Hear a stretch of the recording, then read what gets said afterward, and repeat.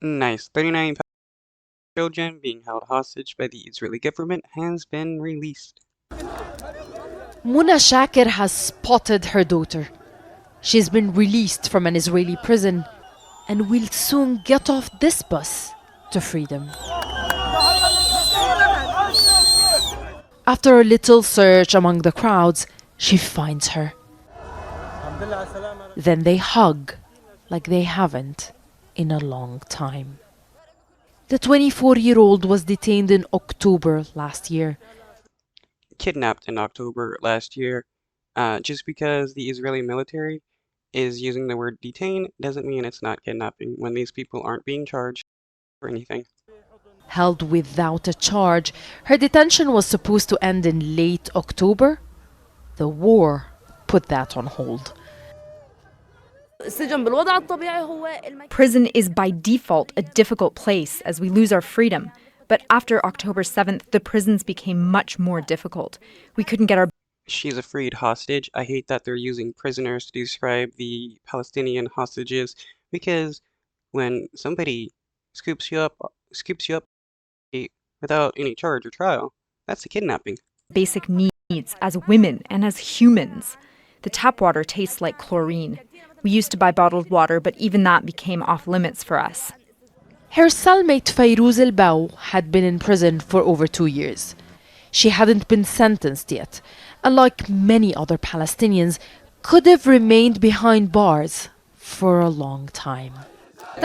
Until she died, because the Israeli government doesn't care who they kidnap, and if they don't have a charge or a trial, they just kidnap as many Palestinians as possible. We've been beaten up, we've entered a phase of total isolation, we lived in exile, we left a graveyard. Most of those released on Friday are women, others are teenage boys. Families from across the occupied West Bank waited outside Ofer military prison in Ramallah for this moment.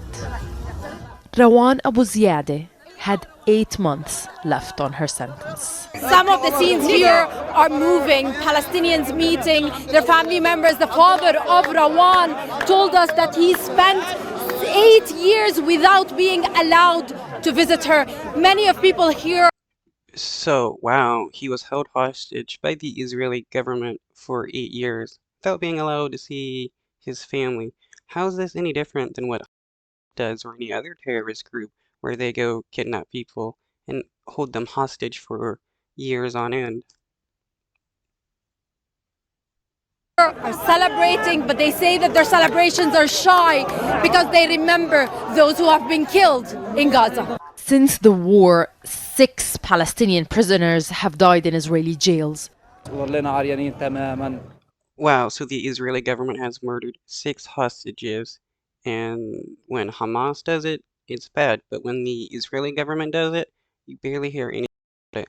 Why is that the case? Why doesn't the Israeli government speak about the people they kill in their prisons? I was released naked in my boxers without a phone or anything. We've been tortured in jail. We heard difficult cries from other sections, especially prisoners from Gaza, and saw a lot of blood. Hamad's brother Qusay was named as one of the 39 Palestinians to be released. However, he had already completed his sentence and was freed on Thursday. His cousin Ahmed had a month left on his 1-year sentence, but was released as a part of the deal. It's a bittersweet moment. Why did my name make it to the list when I finished my sentence? My cousin Ahmed, it's good that he's out, but there are other people who have 15 or 30 years left. Some are boys. Those should have had priority. Wow, kidnapping young kids and putting them into prison for 15 to 30 years. How is that considered democratic? Even so, this is a moment to cherish. A needed break, families say, from their ongoing pain.